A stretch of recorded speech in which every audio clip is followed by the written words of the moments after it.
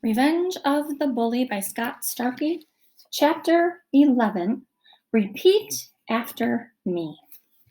To my immense surprise and relief, Saturday started great. We drove out to our game against Streetsboro in a noisy yellow bus. Trevor, revved up to impress his date, played tremendously. He tackled, sacked, intercepted, taunted, and offended everything in a blue Streetsboro uniform. He even chased a security guard halfway across the field because he was wearing a blue jacket. Yes, Trevor was on fire and scored all our points off turnovers, except for the one touchdown of the game. That amazingly came from Josh and me. I stuck to my usual plan of running right behind him, and this time it worked like a charm. It was Garrettsville's first win in years. The team dumped Gatorade on Coach Lombardi, and I even exhaled a long sigh of relief when the boss, sitting in the stands, gave me a thumbs up. During the game, I had noticed a long black car parked by the gate and realized he had made the trip to Streetsboro as an added incentive for us to win. The bus ride back to Garrettsville felt like a summer festival. Everyone was shouting and having fun except me. I knew the day's biggest challenge was still to come. So many things had to go right if I had any hope of pulling off the date between Trevor and Josie. Arriving back at school, we headed straight to the locker room. When Trevor finished changing, I motioned for him to join me in the gym. That's where Fernando met us. Trevor, I presume? Fernando stepped up to Trevor and extended his hand. What's with this guy? Trevor asked. I wasn't sure how to explain Fernando. Before I had a chance to think of an excuse, my mouth took over. He's what's known as an international dating consultant. A what? Trevor asked, looking annoyed. I don't need a doctor. I ignored him. His name is Fernando, and he has traveled from a faraway land to help us out. To help you out, to make sure everything goes perfectly with tonight's date. Trevor still looked like he wanted to punch someone until Fernando said, I currently have 6 girlfriends, 8 if you count the Smith twins. Do you want my help or not? Trevor looked long and hard from Fernando to me. Sure, he finally replied. Good, Fernando said immediately, launching into what he called his 10 rules of fine dating. It didn't take long for Trevor to stop him. You want me to wear a tie? Clean shirt, tie. You want to make a positive first impression. Rathbone, where'd you find this goofball? I already know how to make a good first impression. I remember the demolition derby and pictured Josie running out the door screaming into a traffic-filled street. Yeah, I said. We've been down that road before, and you probably don't need any help. But I want to make sure the date is a success. That's why Fernando's here. Remember, he's an international expert. Trevor eventually nodded like he understood, and I felt better, until I noticed Toby approaching. The fact he was smiling only made things worse. Hey, big bro, he said to Trevor. I'm busy here, Trevor snapped. Oh, well, I just heard some of the cheerleaders talking during the game. I thought you might be curious about what they were saying about tonight's big date. Toby was talking to Trevor, but staring at me.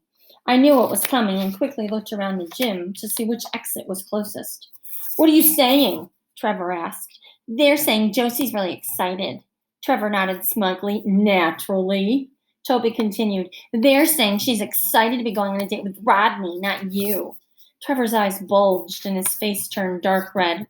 He looked back and forth from Toby to me as if trying to decide who to punch first.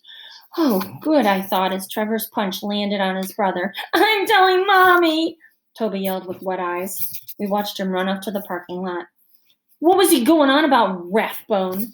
Trevor asked. I noticed his fist was still clenched. I shrugged. When does he ever make any sense? Just be at Mama's tonight at 6:45 to get ready for the date. I don't know. Something seems fishy. Speaking of food, I think I'll give you a little taste of my fist so you know what's coming later if this doesn't go the way I want. He grabbed my shirt and pulled back his arm. Trevor! A woman with a scarf wrapped around her hair hollered just outside the gym doors. Oh, shoot, it's my mom, he gasped, lowering his fist. Oh, okay, I'll be there later to either wow Josie or beat you into marinara sauce. As he took off, Fernando called after him, Don't forget the long-stemmed roses. I straightened out my shirt and stared at Fernando. Well, that went well, I'll say, Fernando agreed, not catching my sarcasm. Fernando sure is glad he came for the weekend. This has been a lot of fun so far. Easy for you to say. No thug is threatening to make you into sauce. Rodney, things will go just fine tonight. Just wait and see. Smiling, he put his hand on my shoulder. Besides, I'm sure you'd taste great over a plate of linguine. A few hours later, Trevor's fist still on my mind, Rishi, Fernando, and I approached Mama's door. I felt my anxiety level approach hyperpanic. We entered the restaurant. Compared to the bright afternoon sun, the room was dark, and my eyes took a few seconds to adjust. When I regained my sight, I was met with a stare from the boss. His eyes were darker than the room. He sat at a table toward the back with Willie Cheese and an older lady. You're interrupting my dinner. Sorry, but we need to get ready for tonight, I said. Tonight, he said, clutching a butter knife. I glanced at Rishi. He stepped toward the boss. Don't you remember? I called you during the week about hosting a date for our friend Trevor and I remember telling you no. I remember telling you I don't need to play babysitter on my Saturday night. I remember a lot of things, and none of the things I remember explains why you standing here. I couldn't believe the whole conversation. Rishi had told me we were all set. What was I going to do? Trevor and Josie would be here in an hour. I was done for. Now the boss's attention was suddenly on me. You're real lucky the game went the way it did. Sweetie, the old lady said, reaching out and patting the boss's arm. The whole place went silent. The boss seemed to shrink a bit as he said, Ma, don't call me sweetie in front of the boys. She looked over at us. Isn't he cute when he gets embarrassed? She grabbed his cheek and shook it. It made a flapping noise. When she let go, the boss's face curled up into an ugly, pinched expression. Sweetie, who are your friends? She continued. The boss flinched at the second sweetie and exhaled sharply. Ma, they're not my friends. There's some local boys that do a little work for me. Now, Francis. Cheese let out a chuckle. Francis. The boss's eyes flamed up and Cheese snapped his mouth shut. The boss looked over at his mother. Ma, you know I don't like when you use my name. Nonsense. It's a beautiful name. It was my father's name. I was just going to say how proud I am that you're taking an interest in helping out the local children. Father Nikolai at the church will be very pleased. So, introduce me. Well, the big mouth here, that's Rishi. He's real annoying. The other one, Rodney, he ain't as bad. And that one, I don't know that guy. Fernando strode forward. I am Fernando, and this is indeed a pleasure. He took the boss's mom's hand and bowed in to give it a kiss. The boss swung his finger at Fernando's face. If you want to keep those lips, you better stop right there. Ma knocked her son's hand away. What a little gentleman. What's your name? Fernando. Really, I knew a Fernando once. He had such beautiful hair. I used to run my... Ma! Oh, sorry. Sometimes I get lost in my memories. Boys, pull up some chairs. You all look hungry. The boss shook his head. Ma, they're about to scram. Nonsense. They're going to have dinner with us, and then you're going to help them with their little date. I'm not going. Francis Vladimir! Ma said the name again, but this time it sounded like an order. Her eyes stared at her son. Yes, Ma. We all did what we were told. I felt great relief that the date was back on. Unfortunately, I didn't feel so wondrous when I saw what the boss's mom was piling on my plate. Here, have some spaghetti and cabbage, she commanded. I made the sauce yesterday. You look like you could use a big meal. Eat, eat! It smelled great, and despite the weird-looking cabbage leaves, I couldn't help but dig into the steaming plate. It tasted better than anything I had ever had. The sauce on the stuffed cabbage was a kind of sweet, garlicky tomato mixture and absolutely delicious. The boss's mom was clearly happy to see us all enjoying the meal. You just call me Mama, she said, smiling, pinching my cheek. If you want more, ask. A sudden thought hit me. If this lady was the cook, convincing my mom to write a good review would be a cinch. I wouldn't have to worry about the boss and worry about what he would do with me after a bad review. Are you the cook for the restaurant? I asked. The boss's fork clinked onto the plate. What kind of son would I be if I let my ma work in the kitchen? I already hired 2 guys. They're in the back getting the kitchen set up. They came cheap. Since I know I'm going to get a great review in the paper, I figured I could save a couple of dimes. He gave me a leering smile, and the cabbage turned in my stomach. Cheese, bring Rodney in to meet the new cooks. I followed Cheese into the kitchen. Those two are the chefs, Cheese said, pointing, although I didn't see anyone. He didn't stick around to complete a formal introduction. The kitchen door wobbled back and forth to a close. The kitchen had big stoves and a grill along the back wall. A silver thing to my left held a tray of forks and spoons. I assumed it was the dishwasher. Back by the stoves was a row of shelves and pots. I finally spotted two guys. They looked more like loggers or mountain men than chefs. The first guy was sitting on a milk crate, asleep and snoring. His shirt had more grease on it than the deep fryer, and his beard reminded me of Santa Claus, if Santa Claus slept in a dirty alley. The other guy looked at me, flicked an ash from a cigarette into the soup, and asked, "You want to see something cool?" I guess so. He tossed an onion into the air. Then, grabbing a big knife, he swung at it and yelled, "Samurai!" Unfortunately, he missed the onion, lost his balance, and fell into some pots. The other guy woke up. "Weasel, I told you to keep quiet. You're interrupting my nap. I'm going into the walk-in where it's quiet." He passed by me, scratching his dirty beard. "I'm Big Girl. You the new dishwasher?" "Not exactly, He didn't listen. "You better get busy on the pots," he ordered, picking his nose. "I like my environment nice and clean." I almost gagged. He opened a large silver door and disappeared into a cloud of cold, frosty air. "He's gonna take a nap in there?" I asked. "Won't he freeze to death?" "I keep hoping," Weasel said. "The slime in his beard freezes rock hard and spiky. It cracks me up, but of course it's best not to laugh at Big Earl." Weasel went back to chopping onions. The pieces flew all over the counter and the floor. How had I wound up in this situation? I'm not sure if the onions had anything to do with it, but my eyes got a little teary. With these two cooking, there was no way my mom would write a good review. I was just turning around to head back to the dining room when Rishi stuck his head into the kitchen. "Trevor's here!" he shouted. "Now the real fun begins." The first thing I heard was Trevor yell, "Why is it so dark in here?" He had a point. The lights were turned way down, and one candle was lit at a small table for two. I could barely make out Fernando. He was leaning against the bar, sipping a Coke in a tall glass. I decided to position myself behind the bar. If Trevor got mad at something, at least there was a big wooden obstacle between us. "Trevor, what could be better than candlelight?" I asked. He looked around, finally spotting me. While I'd been in the kitchen getting etiquette lessons from Weasel and Big Earl, Rishi had convinced the boss's mom, Cheese, and Willie to retire to the back room. That meant the cooking would be left to Weasel. I just hoped the ambiance in the restaurant would impress. Looking at Trevor, I had already had my doubts. "I can barely see," he said. "Darkness has its advantages," Fernando observed. "What's that mean?" Trevor demanded. I couldn't tell him the truth, that Josie wasn't expecting him.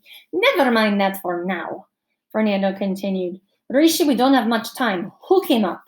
Rishi stepped out of the darkness, walked up to Trevor, and began to stick something in his ear. Trevor flailed at him. "What are you doing? Don't touch me." "Don't get crazy," Rishi laughed. "This is just a little speaker we'll keep hidden in your ear. Josie won't see it. This way, Fernando can speak into a microphone and give you pointers." "I don't need no pointers." Now, everyone needs a little advice sometimes. Keep still. I borrowed this from my uncle in the Akron Police Department. Even through the dim light, I could see that Trevor looked a little nervous. "Where's all the people in this place? Where are the waiters?" "I'll be your waiter this evening," Rishi said. "The restaurant doesn't really open for another 2 weeks. We have certain pull with the owner." "Wait a minute," Trevor snarled. "Who's cooking the meal? Better not be you, Rathbone." "You wish it was me," I thought, but answered, "The chefs are in back, a real talented pair." I glanced at my phone. It's almost 7 o'clock. I would know soon enough if this was going to blow up in my face. Fernando stirred the ice in his drink. "Yes, we need to take our places." "Okay, everyone, you know what to do." Rishi positioned himself in front of the restaurant. Trevor took his assigned seat at the table with the candle. It was under a fake vine of purple grapes that cast a shadow over him. Fernando and I slid behind the kitchen door and stood peering through the crack. At 7 p.m. sharp, we saw car lights shine in through the window. Moments later, a car door opened and we heard Josie's voice. "Yes, Dad, I know. Yes, 8:30. No, I won't. Yes, I'll let Rodney know that you know where he lives." "Okay. What?"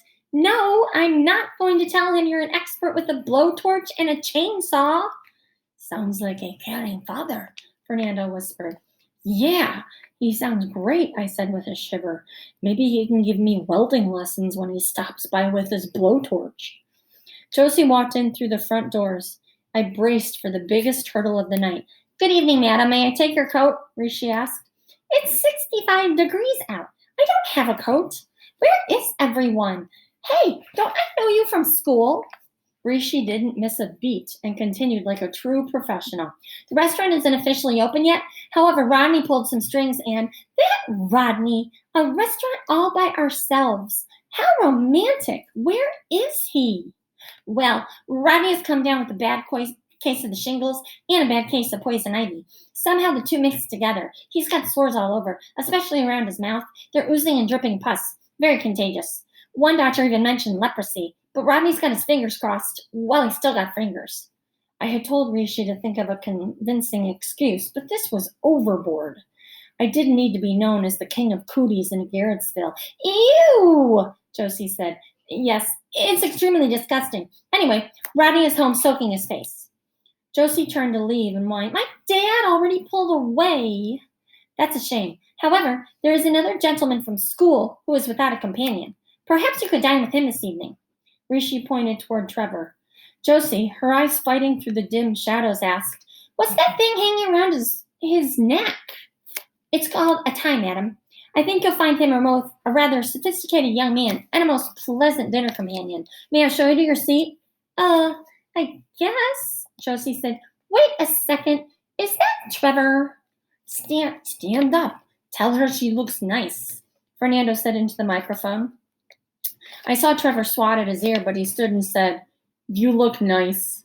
Josie said, Thank you. You do too. Trevor smiled and pushed a hand through his hair. Rishi cut in. Mr. Tarantola has taken the liberty of ordering you a Sprite. May I pour it? I guess, Josie said. My eyes had become fully adjusted to the dark. As Rishi poured, I noticed the room looked really good. With the orange candlelit glow, the paintings of Venice, Florence, and Siberia, the white tablecloths, and the long wood bar, Mama's looked just as nice as Chez Pierre or any other expensive place. This could actually work, I thought. Fernando whispered into the microphone, Tell her it's wonderful seeing her at a fancy restaurant, that she must have class. Wonder why you're at this restaurant, Trevor said. You must have gas. Josie wrinkled her nose. I don't have gas. Fernando gripped the microphone and whispered into Trevor's ear, Tell her you're nervous and you fumble your words. I never fumble, Trevor barked. If I was still running back, you'd know it. Josie looked completely confused. Okay. That was a little weird, but you did play great today. Thanks, Trevor said. Fernando whispered, Tell her you played great because she inspires you when she cheers. Trevor picked up his Sprite and confidently stated, I played great because you perspire when you cheer. Josie's jaw dropped and she felt her armpit. Then she pulled out her cell phone. I think I better call my dad. Fernando spun around to Rishi, who had joined us in the kitchen. Get out there. Don't let her make that call. Rishi tore out to the table and swiped the phone out of Josie's hand. Hey! Josie snapped. Sorry, miss. There's a strict no cell phone policy at the restaurant. It disturbs the other diners. We're the only ones in here. Give me my phone. Josie reached out to take it, but Rishi held the phone over his head. I'll just keep it behind the bar until after dessert. As he went to walk off, Trevor grabbed Rishi, lifted him off the ground, and shouted, Give the lady back her phone! Caught in Trevor's powerful grip, Rishi had no choice but to obey. Darn it! She's got the phone, I whispered to Fernando. He smirked at me. Don't worry, that was perfect. Trevor, sitting back down at the table, repeated, That was perfect. Yes, it was, Josie agreed, now looking at Trevor in a whole new way. Fernando covered the microphone with his hand. Rodney, when it comes to matters of romance, you must learn to trust Fernando. Trevor and Josie were staring into each other's eyes. I felt like I was watching one of my mom's sappy movies. Still covering the microphone, Fernando whispered, We are almost there. Trevor has successfully acted the hero. Now, if I can just get him to say a line correctly, my work will be finished. I'll go with something simple. He picked up the microphone. Tell her that's a nice dress. I know what to say, Fernando. Stop blabbing in my ear. I got the perfect line already. I smacked my forehead. Josie was now definitely going to think he was crazy, and then he'd blame me for the wire, and then I'd be marinara sauce. I crossed my fingers, hoping his line was good. I watched him lean in toward her and say, You know, Josie, if you were a booger, I'd pick you first. Did you just call me a booger? She asked.